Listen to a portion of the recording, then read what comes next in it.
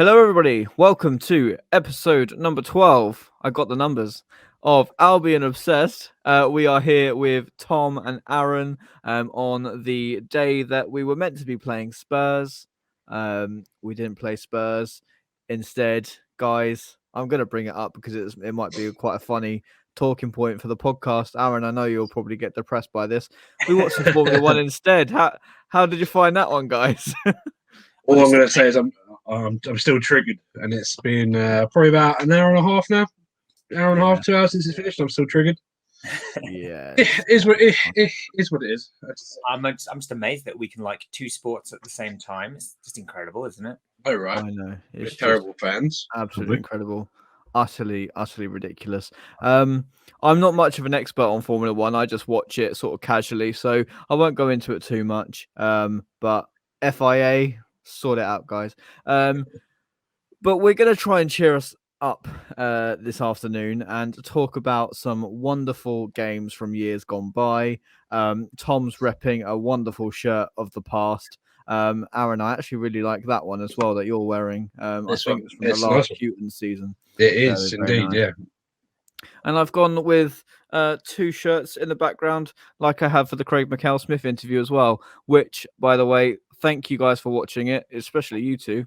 Yeah, it was such good fun, and really gutted that you guys couldn't be there because, yeah, he absolutely sound bloke. And yeah, hopefully the next guest, though, which we do have lined up, but we will keep it quiet for now. It's a really good guest, and we're so excited for it.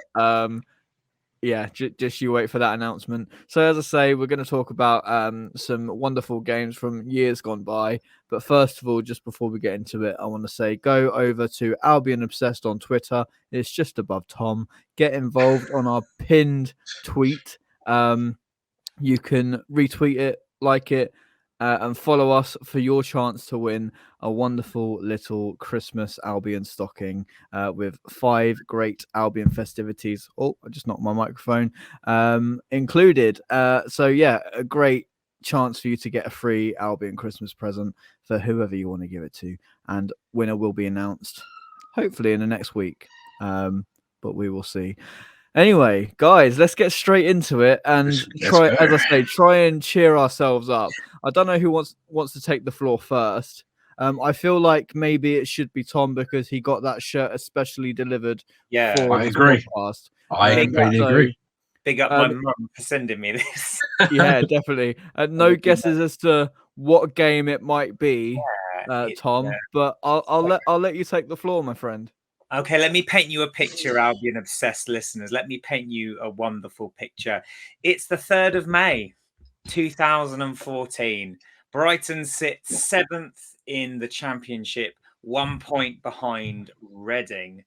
And, well, we play Nottingham Forest on the last day. So my game I'm going to be reminiscing about is Nottingham Forest away in 2014. It was an incredible game. And I'm sure there are many Brighton fans out there who have done podcasts on it and have chatted about it to no end. But now it's my turn, and we're going to take ourselves back to 2014, season under Oscar Garcia. We'd had a pretty decent season, still reeling, I suppose, a little bit from the playoffs that we lost, the departure of Gus Poyet, and a season that I thought was okay. It was decent. We saw the emergence of Jake Forster-Caskey, Rowan Ince coming to the forefront. But we also said goodbye to the likes of Liam Bridcut and Ashley Barnes, who had played so well for us under Poyet. So it was, it was one of those seasons that was a bit sort of, you could really tell that we were still sort of recovering from that playoff disappointment. But there were a lot of hopes going into that last day. We needed results to go our way. We needed to better the Reading result. Reading played Burnley on the last day and they were already promoted. But I knew it was going to be a good day because as I got the train from Birmingham New Street to Nottingham, I saw a seagull. And you don't normally see seagulls in Birmingham. So I thought that's a good omen. I remember that very clearly. So that day, as I say, we needed to beat Nottingham Forest, or we needed to better Reading's result. our starting 11 that day, I'm going to read it out to you. I did a bit of research to jog my memory because it was a long time ago. So our starting 11 that day was we had Thomas Kuszak in goal, back four of Calday, Matt Upson, Gordon Greer, and Stephen Ward. A midfield three of Jake Forster-Caskey, Keith Andrews, and Andrea Orlandi. And then the front three of Will Buckley, Leonardo Ojoa, and a young Jesse Lingard. And yeah, the Forest ground was absolutely rocking. It was, a real sense of hopefulness around the ground. I remember walked across the city from the train station, loads of Albion fans, met my uncle outside the front of the ground, took our seats, really hopeful. Everyone was really buzzing. It was a beautiful sunny day, absolutely incredible atmosphere throughout. So, like, from what I can remember, I've had to rewatch the highlights quite a few times and like dig out the old BBC match report because it's it's quite a while ago. We're talking 2014. 8 years ago almost.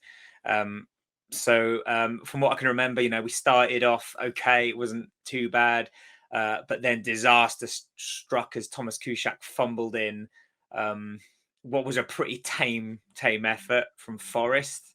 So that wasn't great going into the first half. And of course, we knew that the Reading game was happening and, Reading had scored twice. Burnley had pegged them back. And just coincidentally, if you're listening, whoever you are, a couple of rows in front of me at the ground, there was someone wearing a Burnley shirt. And at the back, it said, "Come on, Barnes." Fantastic. Very distinctively. And I remember thinking, that's a good shirt. We managed to equalise in the second half through a really scrappy Stephen Ward goal. And we were really hopeful. We were sort of like, we're back in it. We're drawing 1-1, but we need to win this because Reading are drawing. And it was getting towards the end, and it just seemed really hopeless. But the away end was still really bouncing. It was still rocking. Forest went close a couple of times. The game was certainly sort of, not getting away from us, but you could sense that frustration. Calday had a chance that went wide. I think Ojoa had missed a sitter. Buckley had gone close. And it was just seemed to be like no matter what we did, every time we went forward, we just seemed to just lack that final killer touch. A bit like we're seeing now. And then they brought on Craig McHale-Smith with about 3-4 minutes to go. Which seemed a bit sort of mad, and it seemed I really enjoyed listening to him to talk about that game on the podcast. Seeing him, he was also miffed about not goosebumps. Yeah.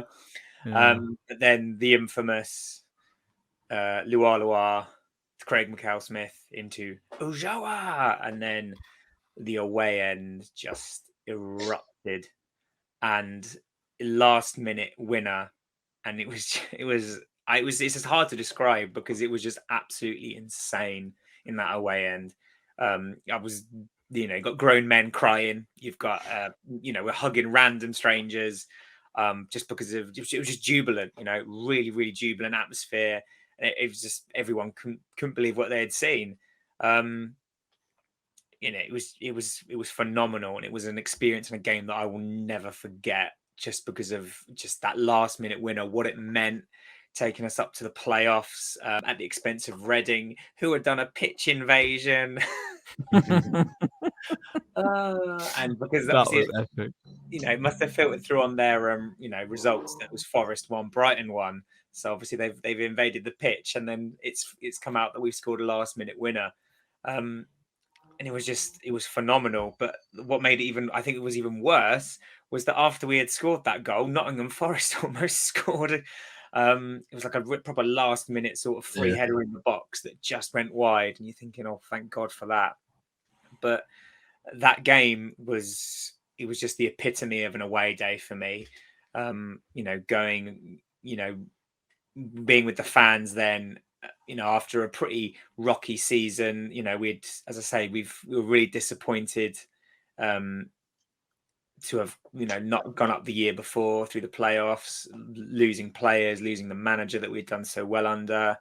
And Oscar Garcia, he did a good job because you see some teams that they finish in the playoffs fourth, and then the next season, if they haven't gone up, they plummet down the league. So we were really lucky that we didn't. But I think it was a bit of a lackluster end to the season. As we lost some players through injury, we'd lost players, got transferred, and I think it was you could see then what was coming, especially the season that followed under Sami Hyypiä. You could see the sort of things that were starting to take shape. But then it was just nice to enjoy that day. It was really nice to just sort of, really sort of revel in the moment. Here we are, last minute winner.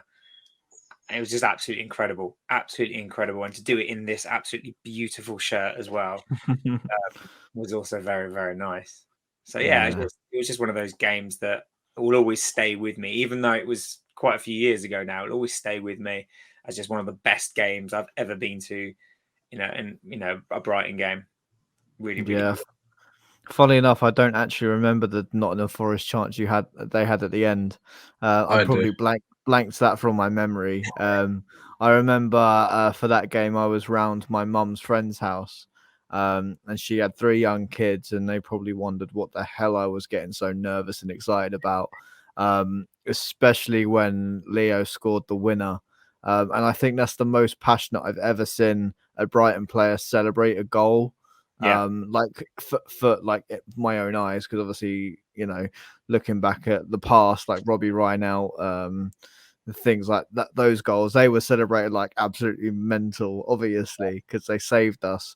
But yeah, I just remember Leo's face just epitomizing everything that Albion fans were thinking.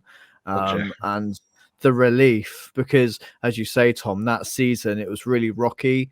We had like a spell of games where we would look like world beaters, and that we would fly into the playoffs and would be really comfortable. And then a string of 3 games where, as you say, we were just struggling to find that killer instinct, and Oscar's ideas sort of ran out a little bit, I would say. Yeah. I remember that season as well. Didn't we beat Leicester 4-1? Yeah, 4-1, away. And they went up as champions, and we did double over. Yeah, that was it. They had a bit of Norwich syndrome, like we did. When we played Norwich the season we got promoted, partying a bit too hard, I think. Just a tad. No, it was it was a mad season, and I remember going to see Brighton play Crawley in a pre-season friendly at the start of the season. And Oscar was, blooding the likes of Rowan Ince, and there were some other young players as well that he played just to see what they were like. And I thought, it was just sort of quite hopeful. We're going to see some youth, because I remember the season, I think it was the second season under Poyet, when we started seeing Jake Forster-Caskey play, and he was absolutely brilliant again. The game against Southampton, especially. You think, he was scoring that winner at the age of like 16, 17 or however old he was. I really had high hopes for him. And then under Oscar, he came out, he scored a worldie against Yeovil or Doncaster. Doncaster it was. Yeah. So it was nice to see, young players like him, Rowan Ince, get a chance. It was just a shame that Solly March as well, wasn't it? That was his breakthrough season too. Yeah, he came on in the Forest game. He came on around like the 60th minute, I think. But I think Oscar played him more as an attacking midfielder in the centre rather than a winger.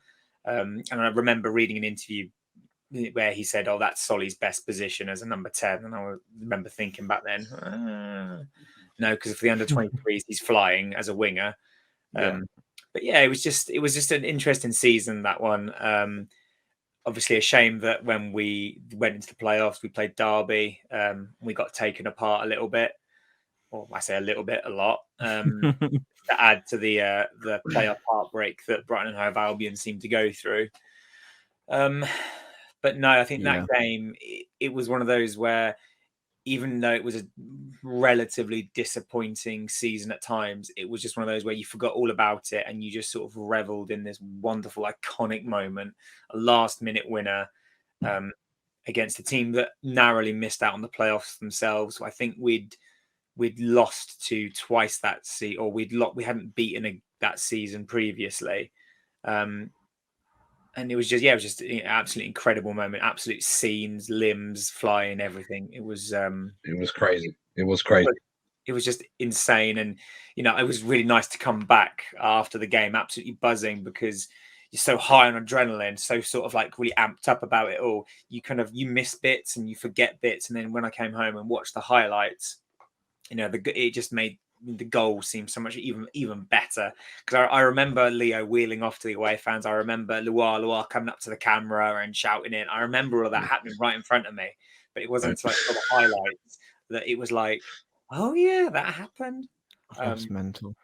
So yeah, it was incredible game, absolutely incredible. I remember the day after as well, like the queue for the playoff tickets online, because obviously I think they sold the tickets like the day after, maybe 2 days after, and I was just like so stressed that I wasn't going to get a ticket. That was my first year as a season ticket holder, so I didn't. The concept didn't quite occur to me that season ticket holders would get first dibs. So I was there on my laptop stressing with my mum, like, oh, I need to get a ticket. And then we got one really easily in the end. So wasn't worth the stress. Aaron, what are your memories of that day? Christ, what a day. I'm pretty can't really echo what Tom said, to be honest. I don't remember the last minute Forest chance. I'm pretty sure I was still sort of blacked out for 2 minutes after we scored. I think I must have ended about 3 or 4 rows from where I actually was standing. It was a quality day. The fans are unreal, and the only word I can think to describe it is limbs, and probably one of the best, if not the best, away days I've had. There's a couple springs to mind, but just for the whole entire sort of drama aspect of it, last minute goal to get yourselves into playoffs where the other game is already finished, they're already celebrating in the Majewski, and you're thinking it's done, we've got nothing left now, and obviously Loire out to McCall-Smith and into Joa, and the rest is history for that game. But then obviously went on to Derby, and that was a terrifying experience. So. Definitely, that was not fun. That was a really, really good Derby team, though. I know they lost in the final. Will Hughes scored an absolute. Dude. That back heel thing he did is just. I remember watching that and thinking, how on earth has he done that? He's a very good player. Very good player. Was this the season that Bobby Zamora scored the winner in the playoff final? So it was QPR against Derby. It was Derby, potentially. I'm pretty sure that was. I'm pretty sure it was, because I'm pretty sure that was the only time Derby got into the playoff final. Had we have won against Derby, we would have been playing against Bobby Zamora and QPR. Which would have been very interesting. Yeah, to say that infamous game, was it against West Ham? Yeah, and Zamora missed, and it would have been easier to, it would have been harder to miss than it would have been to score. And I think years later he said that he did it on purpose. Match fixing at its finest. Let's not talk about match fixing after what we've seen today in the Formula One. Oh, Tom, why you brought it up again? I was just getting happy after your story. But can't like two sports. Tom, no, absolutely not. You mentioned obviously the season after that we plummeted a little bit under Sammy Hippier. Houghton came in and took us eventually to the promised land after 2 incredible seasons. I remember the season we almost got promoted against Middlesbrough. That was actually probably very close to one of the best seasons I've ever watched. Obviously the promotion season tops everything for me, probably. And then getting to the Premier League, second season in the Premier League. Aaron, this draws nicely onto the games you want to talk about. Would you have expected Brighton and Hove Albion to be playing in an FA Cup quarter final? No, I hope in hell. Unless not I hope in hell. So, leading on to my game that I want to reminisce about. So we've just come off two wins. Huddersfield at home, Mandoni scoring the winner, and then obviously that infamous Palace game, which was incredible. I only managed to watch the first half. Unfortunately, I missed the second half as I had a meeting at work to go to. I missed the penalty. I missed knockouts worldy, but I managed to see it when I got home and saw the result. And obviously, then the week after, on the Sunday, we had a lovely trip to South Bermondsey against Millwall, and that is a game I want to reminisce about. So that weekend was a struggle for me to start with. I lost my job on the Saturday. My mental health wasn't great. I was in a bit of a dark place, and wasn't really gonna go this game. Just wanted to sort of be left on my own, just left my own devices. Wasn't even gonna bother watching. Just wanted to, I lost my dream job. And my old man said to me, come on, Zai, this will help. And so I met up with my friend nice and early at about 8:30. I know, probably about 7:30 actually it was in East Grinstead. And we went to Wetherspoons to grab a couple of drinks, and then he suddenly realizes, oh, it's 2 p.m. kickoff. I was like, yes, mate, it is, yeah. He was like, oh, I thought it was 12. All right, that explains why I'm meeting so early. So in Wetherspoons, Rick got up to London Bridge and absolutely buzzing, couldn't wait for us to start, thinking, we're one stop away from being in the FA Cup semi-final. We just got to get past a struggling Millwall team. We're off on 2 wins. We should have a bit of a buzz. And then the game started. And it was pretty dull. We didn't play well. And the first half went by in a flash. And we were down at half-time, me and my mate Dawes. And we were saying, we'll be fine. We'll get a goal. We'll nick it. We'll be fine. 20 minutes to go. Millwall get a corner. And Alex Pearce decides to somehow come around the back of all our defenders and absolutely rifle a header in.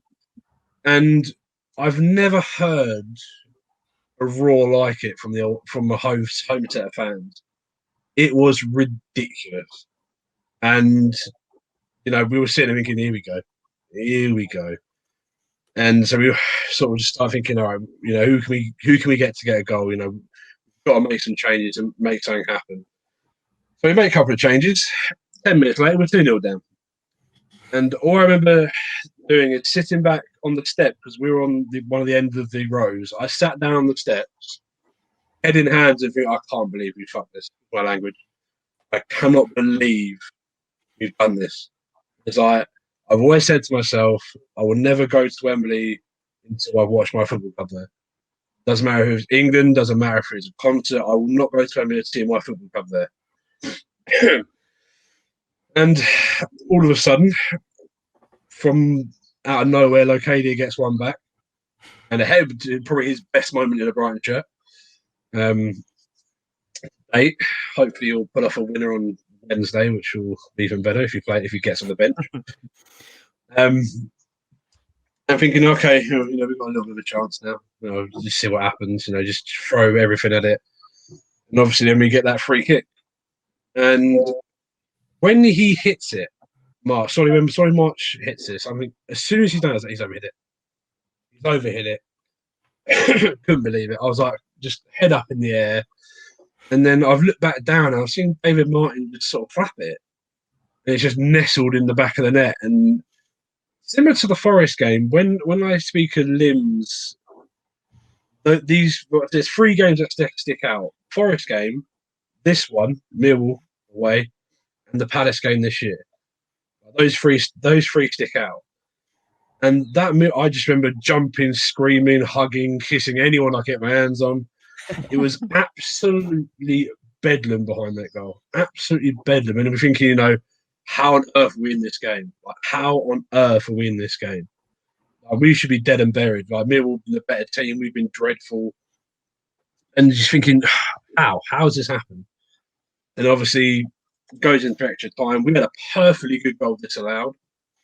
I remember that because I went with one of my mates, and we were like, "Why is it? It must be offside." And my dad messaged me, was like, "He's so far onside." We were like, "Okay." It was like, typical. Now we're going to go and lose it on penalties, and obviously we didn't. And that day, just made me forget about everything that was going on in my head. And it's so important to one, speak about these things, because it, as men, we can hold, well, as anyone, they can hold in feelings and hold in emotions. You know, we're men. We don't talk about those sort of things. It's not what we do. That's not the thing we should do nowadays. Maybe years and years ago, that's how people perceived it.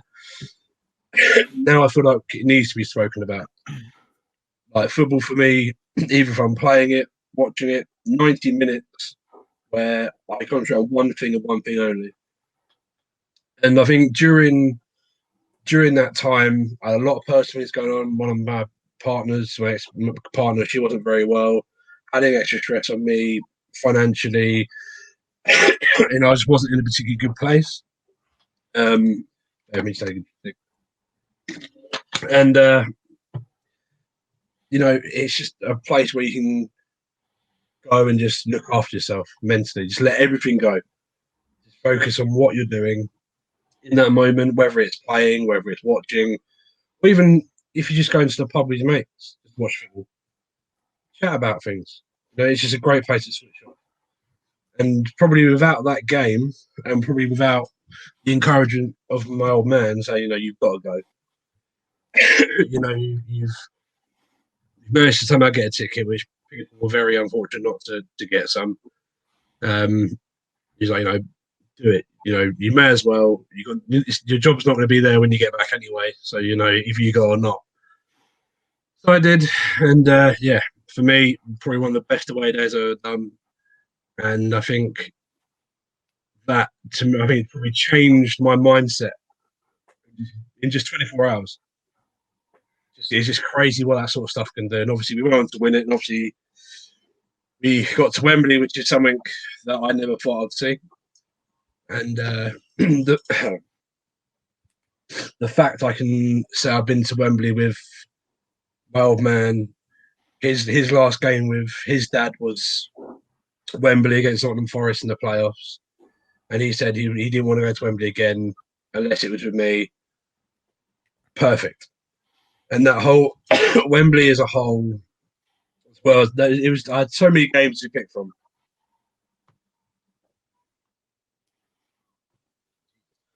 So many games to pick from, and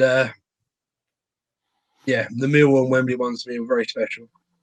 Very special. I remember when the players were walking out of Wembley, I had tears in my eyes because from where I've seen us struggling at the lifting in League Two or Division 3 back in the day, and to think to myself, you know, I'm watching my club at Wembley, one of the best teams in the world, FA Cup semi-final. To me, was just mad, and it's difficult to talk about sometimes because it is a very emotional subject. Like seeing things I never thought I'd see. Yeah. And yeah, great day. Both that, but yeah, the Millwall game for me, very, very special. Very, very special in more ways than one. For sure. Yeah, thank you, Aaron, for being so open, obviously, about what you were going through back then and how much football can help. I know this season, becoming a new dad, Tom, you become a new dad as well. I've found myself mentally challenged more than I've ever been. I went through quite a rough period in my life in 2019, towards the end of it. I had counseling. I had so many times where I just needed friends and family to pull me out because I was at the bottom of the bottom. But as I say, becoming a new dad this year has mentally challenged me even more than that. And I found myself about, I think 4 weeks ago, I think it was against Newcastle. I can't remember who it was against. But I remember traveling to the game by myself and I was having heart palpitations, close to panic attacks, and just wanted to get out and as you say, just not go and hide in a dark corner and just retire for the day. But I ended up going to the football. I had panic attacks whilst I was in the stadium at the football, silently in my own head, trying to not disturb anyone else because I know they're having a great time. They're watching their football team. But it can happen even when you are doing the thing you love the most. But at the end of the day, it was the football that pushed me on to be stronger than that, and pushed me to make some changes that are going to make me want to go back to the football, because I was seriously contemplating whether I carry on going, because my anxiety was getting so bad. I couldn't deal with the crowds. I couldn't deal with the noises as much as I used to be able to. And I reached out to the club, and they've really gracefully moved my season ticket for me into a place that I'm going to be more comfortable. So I can't thank the club enough for accommodating that, and making me really want to go to the football and enjoy it again. I can't wait to get back to the Amex now. I've got 2 games in the West Stand until I move to the North Stand for good, and my first game in the North Stand's against Palace. So I'm finally excited again about the football. I know I started this podcast. The reason I started this podcast is because I wanted to get excited about the thing I love again. Yeah. And these moments for me are what makes football so special. As you explained, Aaron, is that in 24 hours your mindset is changed. My mindset now is changed 100%. We overnight we reached 1,000 followers. So for me, starting that at the start of the season, I never thought I'd get 10 listeners, let alone 1,000 followers. So as you say, you change your mindset and good things start happening, which is just incredible. I'm not gonna lie, I still struggle now, but as you say, Aaron, that's why it's good to keep talking about things. And agreed, yeah. And what a great lot of lads we've got on this podcast as well, and people come on the podcast. We're not limited to just us 5 guys. We're more than happy to get other people through the door and get their view out there and get their stories out there. This is what I want this podcast to be. So Aaron, really thank you so much for opening up, of course, and being so honest about that. I think it's such a thing that needs to be spoken about. Really, I think it's such a vital thing nowadays. And don't get me wrong, I have my good days, I have my bad days, and I think everyone does. But yeah, when you're having them bad days and you're having more of them bad days than you do good days, it's just good. You need to tell people. 100%. Yeah, definitely. Tom, and obviously you're, I don't know if you open up about this. I can cut this if you don't, but you're a teacher, and I know a lot of pressure is on that position. You've become a new dad as well this year. How do you deal with the stresses of life and managing your mental health and keeping it tip top? I don't think my mental health has ever been at tip top. No. I think for me, the one thing that gets me through a particularly tough day, particularly tough week, is first and foremost my wife, my little boy. You know, having children is difficult physically, mentally, emotionally. It's exhausting. But I've loved being a dad. And I just look forward to sharing the football with him, because that's what my dad did. That's what my granddad did with me. And for me, football is the real connection that I have with Sussex, because, as I've said before, I live 200 miles away. I moved up to the Midlands when I was 21. I don't get to see my mum and dad or my family anywhere near as much as I'd like. So the Albion, it's my connection to home, and I think I've been more invested in the Albion since I've moved up here than perhaps I ever was when I was a teenager living down in Sussex, because it's almost like my constant.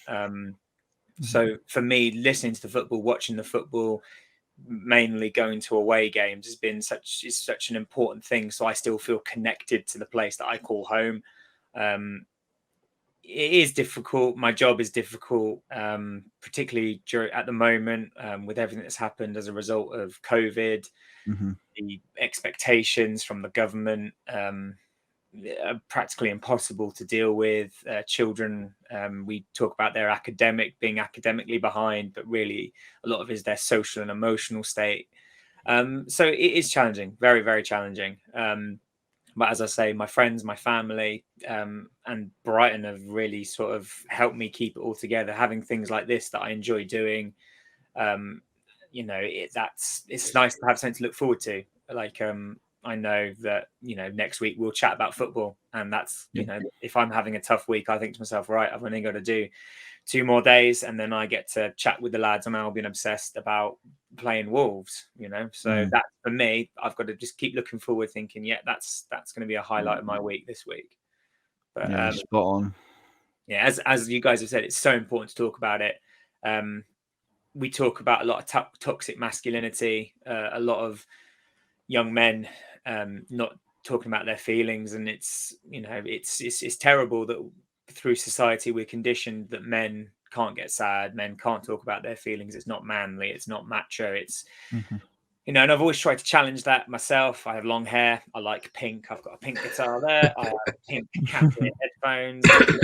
I don't subscribe to this nonsense about gender roles and stuff. But I know a lot of guys still do, and I know that people that don't often get a lot of grief for it. But I think as a society, we are slowly moving away from that, which is good. But I just want to echo what you boys have said. If lads with ladies, if you're having a tough time, talk to someone about it, because it as hard as it may be, it will make things a lot easier and a lot better.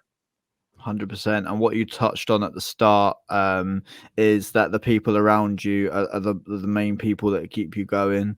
Obviously, they have their own battles to deal with in their own heads, but there is nothing like a little bit of solidarity and communication between the people that you love that will keep you going all the time. I'm very lucky. I've got a very tight-knit family. I've got a wife that's incredible, does absolutely wonderful things with my daughter, and takes that pressure off me when it is all a bit too much. And I hope that I do the same for her as well.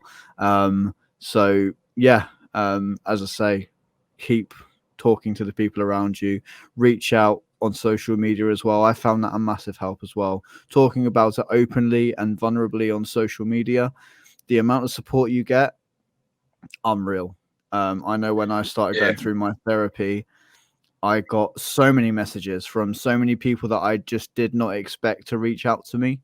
And they did. And that was so special and really dragged me to a place where I could fight and could deal with it. So top marks to those guys for sure. No, I think one more thing I will add is having such a fantastic community around you helps, even if it's for me. I'm lucky enough, obviously, playing football for the last 5-6 years at Forest Row. I've got a lot of lads who have supported me through bad times, and my girlfriend now, she's been incredible ever since the get-go. She knew I was struggling with the sort of stuff I've done to lose my job, and she was fantastic even to now. It's not been an easy ride the last 2 years, 3 years through everything, and having a great sort of community around you, whether it's with Brighton, whether it's me with Forest Row, family, friends, loved ones, massive help, massive help. For sure.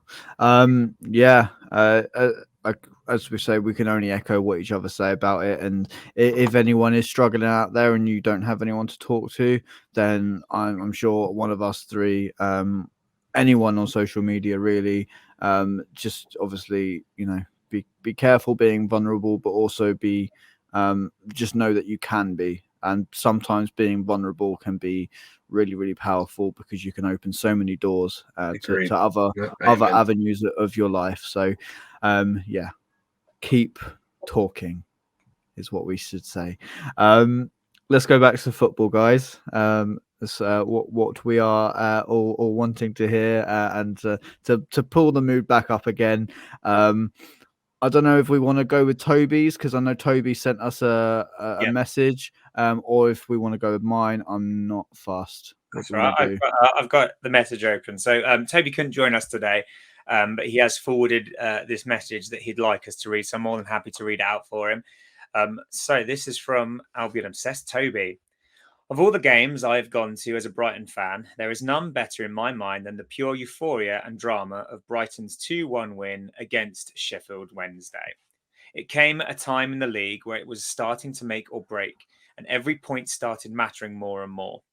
The game was cagey to start, but was busy, open, and after a superb knockout goal from a tight angle after rounding the keeper and a couple of defenders, followed by an unlucky Lewis Dunk own goal right before half-time. As the game went on and we approached and appeared to be slipping when Glenn Murray blocked the ball from hitting his face at high speed and got a red, which gave away a penalty for his troubles. All was not lost though, as David Stockdale produced a fantastic double save in a moment that really lasted 3 seconds, but felt like 5 minutes. Fast forward to the 85th minute and Knockhart grabs the late winner. The buzz around the crowd was insane and the celebrations were jubilant.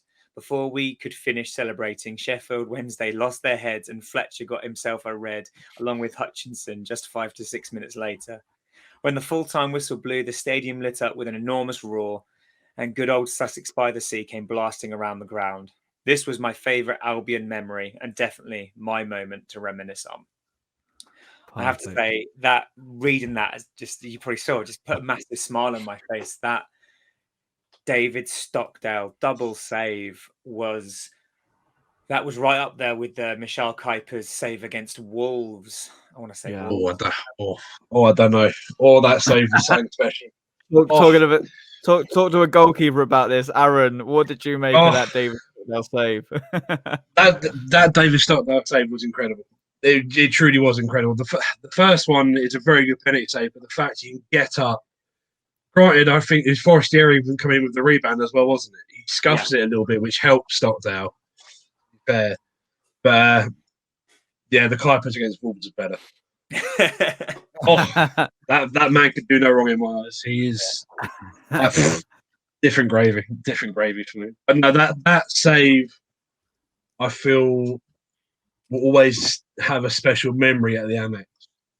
And it always will do. And I think no matter what Stockdale done towards the end of his career with the whole Villa incident and him decide to go off the rails towards the end of that season, that save is special. Yeah, save is special.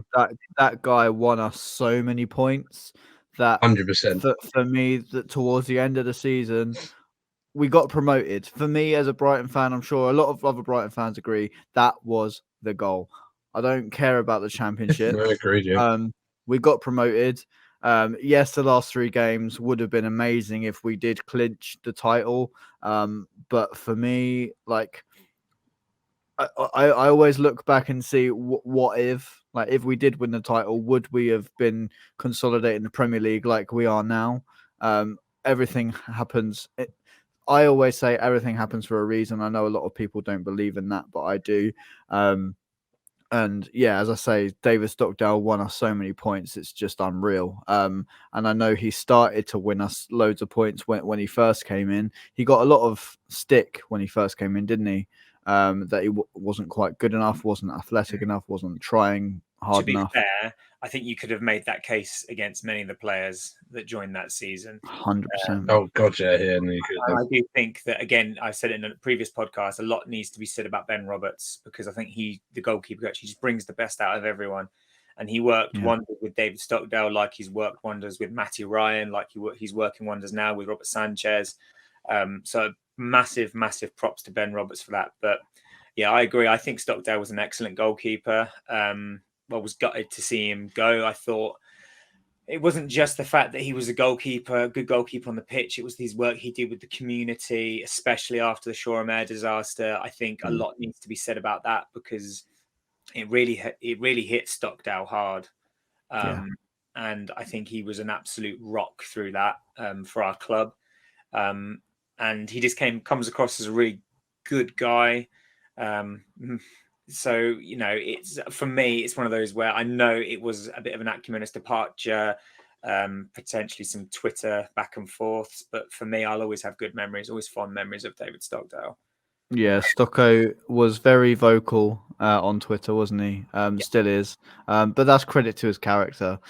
He wouldn't have been that same goalkeeper if he wasn't that way. And yeah, he was everything I wanted in an Albion player. Someone that was utterly disappointed. Yeah, utterly disappointed with a loss. You could see it in post-match interviews all the time. How down he would be. But also someone that would keep a level head when we were winning. As you say, Tom, someone who cared and wanted to change things. And he did. He got us promoted. Probably one of the most solid goalkeeping seasons I've seen in the Championship. And I was really, really hoping he would have stayed with us to the Premier League because I would have liked to see him get his chance. Obviously, that wasn't to be with his family situation, and I think he moved to Birmingham after. So, which is you know that's his thing to deal with. He's got his family to put first. I've said it before on podcast. People forget that footballers are people, and they have a family to think about. I think we only offered him like a 1-year deal for the Premier League, and Birmingham were offering him a 3-year deal. And he wanted to get his daughter through school. So, how can you argue with that? But just going back to the game that Toby's talking about, obviously the incredible double save from David Stockdale, which pushed us on to find a winner. And let's talk about that cross from Sebastian Pocognoli. He done a couple of special things in an Albion shirt. Yeah, you talk of limbs, Aaron, earlier. QPR away. Yeah. Utter. Yeah. I think you said the commentary line from it as well. Absolute bedlam behind that goal. So yeah, that was incredible. I think as soon as that cross left Pocognoli's foot, I thought someone's getting on the end of this. Yeah, someone's getting on the end. And had to be Anthony Knockaert, of course. I think he scored a brace that game, did he not? Yeah. Yes. Yeah. So the brace. Unreal. Aaron, was you at that game? I wasn't at the Sheffield Wednesday game. No, I was actually not about. I remember watching it on Sky with my dad because as a year I wasn't really particularly going a great deal, financial reasons, so we decided not to go that much that year. But I remember watching it at home, and when Murray got sent off, I was thinking, here we go. I was like, here we go again. I was like, okay, see how this is going to go. And obviously, we started up and have the 2 worldy saves, and then obviously to win it in the last sort of 5 minutes. Special. I can imagine the Amex was absolutely buzzing. One of the best atmospheres I've witnessed. That, and obviously everyone talks about the Sheffield Wednesday playoff game as well. I went to that one. That for me was incredible. I've never had an atmosphere like it at the Amex. I've never had an atmosphere like that at any game I've been to. It was surreal. People rumoured that they put the fans on the speakers because it was so loud. I don't know. I've never heard it so loud. It was mad. It was unreal. It was fantastic. Yeah. Same about the result, but yeah, a little bit. We absolutely battered them in that game. We did. If that was a boxing match, that'd have been over in the first half. I've never seen a Brighton team attack like that. It was just literally 45 minutes of constant attack, and then a foul from Wallace on Dunk, which wasn't given, and then they score. So yeah, and I think there was also a push. As you say, a push on Dunk. But I think there was like 30 shots in the first half, which is, as you say, absolutely ridiculous. Maybe I'm exaggerating. Talking of atmospheres at the Amex, though, I'll just bring this to my choice. People are talking a lot about the atmosphere at the Amex at the moment, and that is very flat. For me, one of the best experiences I've had at a game was quite recent actually. It was the Man City game at the end of last season. I think at the end of also obviously us not being able to go to the football, the first game back for quite a few months since Christmas, because I remember they allowed like 2,000 people to go, Yeah, like Chelsea for game, a couple of games. Yes, it. And also a couple of games into the season, they let some people go, and then they stopped it again, and then they let 10,000, maybe 8,000 go against Man City. I went to the Chelsea game, that trial thing they did, which was very emotional.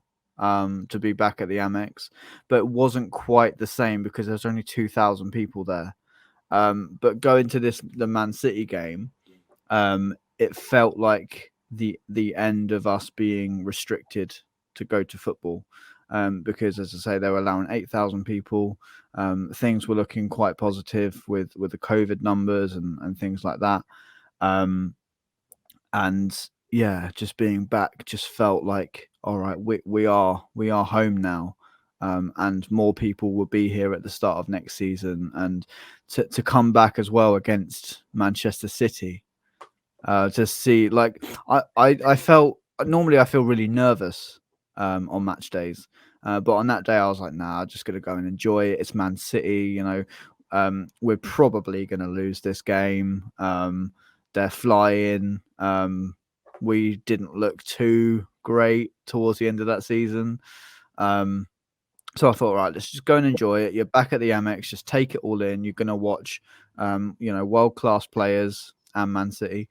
And yeah, I just remember just being so relaxed. And obviously, we got off to quite a rubbish start.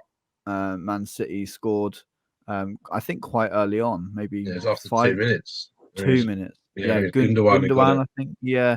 I was thinking, all right, okay, great. And then Cancelo, I think, got sent off on the 35th minute, maybe around that mark. And I'm thinking, we've actually got a chance here. I was hoping, because where I sit, or where I used to sit in the southwest corner, you can't quite see the pitch lines. So where he took Welbeck down, I thought, he's given us a penalty, and he's got sent off. Cheers, mate. And then obviously it was a free kick. We looked, we held on. Man City looked really decent. Come out for the second half, and Phil Foden does what Phil Foden does, and runs through pretty much our whole defence and slots it bottom corner. So you think, 2-0, right? Okay. It's going to be one of those damage limitation sort of thing. And then I remember, I think, a loose pass from Rodri, and Trossard picks it up. I don't know why I'm describing it, because I'm pretty sure every Albion fan remembers it. It didn't happen that long ago. But Trossard picks it up, and obviously Ruben Diaz had an incredible season.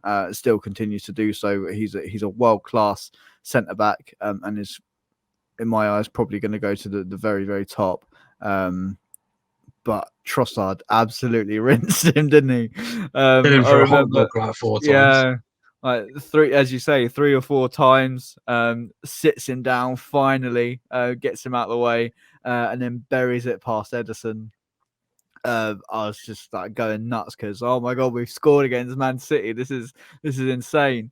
The game went on. We last season, it was weird because we seemed to do better in the second half as we pushed on. I remember a second half comeback against Wolves that season as well. Yeah.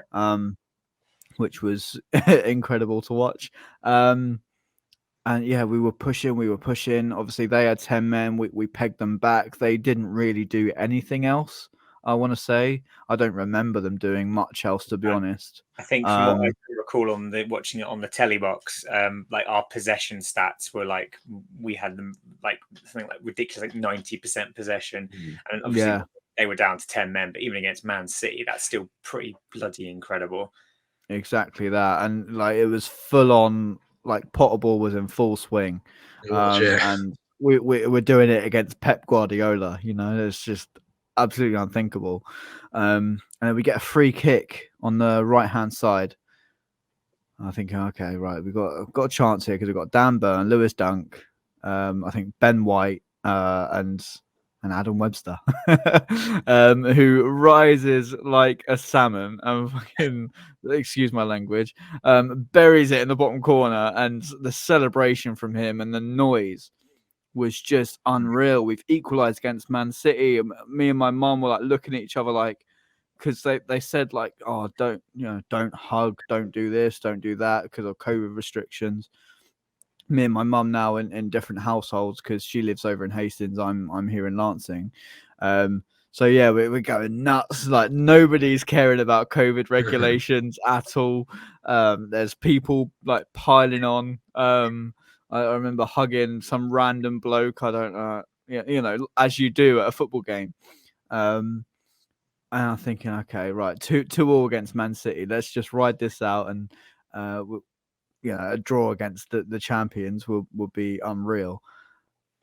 And then the most Dan Burn goal, the best Dan Burn moment that there will ever be. I don't know how he gets out of his feet, to be honest. I can't describe what those legs were doing. But eventually I think he had a shot and it blocked, come back to him, and then just like sort of, I don't know, miskicks it past Ederson. I don't even know how to describe it. It's like watching a baby giraffe. Quite literally. Just trying to swing his legs at everything he can, try and get his balance going. It's funny. Like, I always joke around with one of my friends, Angus. I always joke about saying Dan Burn is a wonderful player. Like any centre half has a good performance. It's like Dan Burn in his prime, or it's a Dan Burn masterclass incoming. And then he actually scored, and I was like, I told you. I was like, Dan Burn masterclass. It's always going to happen. And then obviously he gets absolutely mobbed by the players. Like all just pile on him. And honestly, obviously we spoke about the Sheffield Wednesday game and it being really, really loud. I think the Man City game, only with 8,000 people, comes second to that game in terms of how loud it was. I literally felt the floor shaking. It was so loud, and people just. I think it was obviously coming out of the pandemic. Obviously, we're still in it. It's still in full swing, but it was looking promising. We were back at the football finally, and it's just people's emotions of not being able to go to the football just coming out. And as I say, it was 8,000 people there, so it was people that really, really wanted to be there. People that were there to support Brighton, not Man City, because I think it was like a loyalty point thing, and you got put into like ballots for the tickets and things like that. So yeah, it was just the emotion, as I say, to beat Manchester City in the way we did, come back from 2-0 down. Again, I know they had 10 men, but as you say, Tom, even against Man City, that's an extremely difficult thing to do. And it was in the wonderful new kit, which for me, that's why I love this season's kit so much, is because it was, the kit we've done it against Man City in. And yeah, as I say, that the emotion was just overwhelming, really. I remember standing there just like looking at the scoreboard and looking at obviously the players did a lap of honor after, because it was the last home game of the season. I just remember just standing there in complete utter disbelief. One, that Dan Burn had actually scored a goal and it wasn't offside, and two, that we've done it against probably one of the, if not the best team in the world. For me, the best manager in the world for sure, and Graham Potter's just completely and utterly outclassed him. So yeah, that ranks very, very highly for me.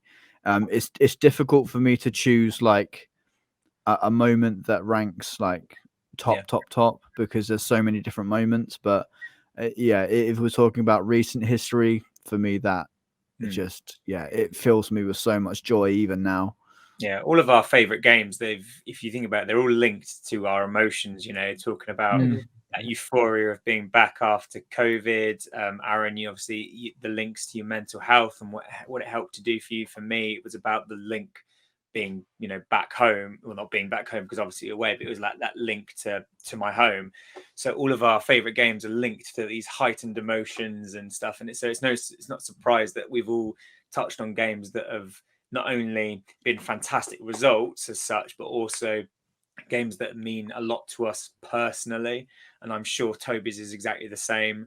And I'm sure you could talk to every Albion fan under the sun, and they'd probably say similar things. It's all linked to how we feel emotionally at the time. So it's been really interesting hearing about everyone's different stories, because I think it's such a special club, and I think we talk about the history of the club, what almost happened in the 90s, and do you think about where we are now? You know, talk about where, you know, with Dean to Wembley, from from almost losing, coming out of the Football League to beating the richest club in world football. It's an incredible journey that this club has been on, and it's just an honour and it's a privilege to watch it all unfold in front of us. Because we don't get me wrong, we have bad days and we all sort of grumble about, we can't score an open goal against Leeds. But when you really stop and reflect on what this club means to us as people, as a community, it's absolutely massive and huge, and I wouldn't change it for the world. No, we are so lucky to be supporting the Albion at the time that we are, because there's people that have been and gone, people that we still remember to this day in our families, that we hear about, in match day programs on the big screen. I know they do it every year where they remember all the Albion fans who have sadly left us. Like, how special this would be if they were here watching this. Yeah. How proud they would be that people have continued fighting for what this club believe in, continued supporting the Albion even in sometimes the darkest of days, continue supporting the Albion through even when you're going through something tough personally, because it is this football club, for a lot of people that pull them out of where they are. So yeah, when you stop and reflect, as you say, Tom, for me, I remember all of those Albion fans, my granddad being one of them, who unfortunately I never met. He was a big Brighton fan. How proud he would be to see us flying in the Premier League, because we are flying in the Premier League. We're still, I think, in the top half. I don't know what the other results have done to us. Not at the moment. Really. Not at the moment. I think Leicester and Brentford's results have pushed us out of the top 10. We're a few. We're 11. We're what, maybe three wins away from a European spot if things go our way. You know, in 2 seasons' time, we could be in Europe, which is unfathomable for a Brighton fan. That when you think back to what we've been through, unreal. I think like you say, Joe, like my granddad, he never got to see us play at the Amex. I'm sure he's watching up there now thinking, oh my God, is this the club that I supported as a boy? Because I went to my first Brighton game with my granddad, and as I say, it's gutting that he never got to see what we became and what we've become. But I know that if he did, he'd be incredibly proud of this football club. And I think maybe we've got that over some other clubs, because if other clubs have always been in and around the top 2 divisions, they won't understand sort of like what it's like to have been, right at the bottom and then clawing your way back up. So as I say, absolute privilege to watch this football club operate. Really is. No, it is. No, it is a massive privilege, and I think sometimes some fans forget that. Some fans expect instant success, and from when I started watching in 2000, to even be in the Premier League, I never thought I'd see. And walking into my first Premier League game, I was still very sort of like, this is, whoa. It was like, we're actually in the big time.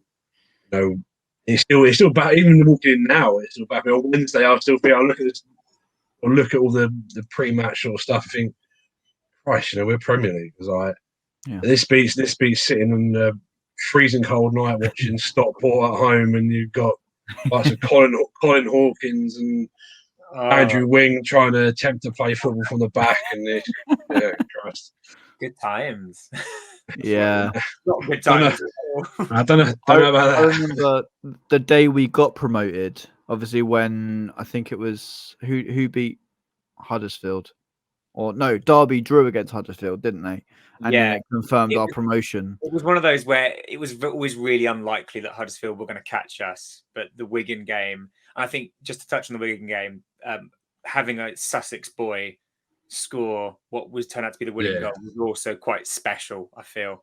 I think because there was a part in the was it Russell Slade? He wanted to make a Sussex 11. He wanted all Brighton players to be like born and raised Sussex bred. I never got to see that dream fulfilled, but to have a Sussex lad fire us into the Premier League was pretty bloody special. 100%, and people don't give him the respect for that. Solly March deserves more respect. And I know there's Solly March haters out there. Forget it. He is a great player. I think he's fantastic when he comes on. He always works his socks off. He's given so much to this football club. And he was the one that scored the goal to get us to where we are. So respect Solly March. That's all I'm going to say on that. The other game I was debating talking about was the Birmingham game. And Solly March, the last 10 minutes, he turned Birmingham inside out. And to see Glenn score that last minute goal and run the full length of the pitch was again, it was one of those moments that was just like, oh my God, what have we gone and done? That's the game where I thought we're going to do it this year. This is it. I was like, this is it. And I remember turning to my dad and we're going to do it this year. Yeah. So everything was just going for us. It just felt right. Yeah. And when March came on, like I just said, it was like watching a Sussex Messi. He just turned Birmingham inside out for 10, 15 minutes. It was great. Yeah. Great to watch. Probably one of his best performances as a Brighton shirt, to be honest. And he was only on for 10 minutes. That's a hell of an accolade. Definitely. This football club have done some incredible things to our hearts and our heads. But we continue supporting them. We continue backing the boys. We invest all of our time and efforts into it. And I wouldn't have it any other way. I don't know about you guys, but it's just, I wouldn't change anything about this football club. It's just unreal, and a lot of outside fans, maybe because obviously they don't really care about us, maybe don't appreciate really what this football club has been through. You saw the support for that Bury got when they went under, Macclesfield as well, Bolton. We were there 25 years ago. As I said, I don't really think people respect that, but who knows. But yeah, that's been a lovely little reminisce, guys. We've gone from the highest of emotions to the lowest, and spoken about some quite vulnerable things. If people out there want to share their experiences, their stories, feel free to do so. Tweet us, put it in the comments. If you want to come on an episode, let us know. We'll absolutely have you on and have you tell your story. As I say, we've got possibly a very good guest coming up very soon, which we're all very excited about. In terms of the giveaway, maybe within the next week or so, guys. I'm not sure when we want to do it. Yeah, I think. Should we say the closing date will be Wednesday before kickoff? Yeah, that'd be Wednesday. Quite good. Yeah, good. So Wednesday before kickoff, as soon as the game kicks off, boom, you're done, you're out. We'll get the winner announced on the next podcast after Wolves. Up the Albion. Take care. Remember to keep talking always. There's so many avenues out there that you can talk. We will put some support links in the description as well. Up the Albion, stay safe, and we'll see you next time. See you next time. Bye-bye. Oh, no, we're going to...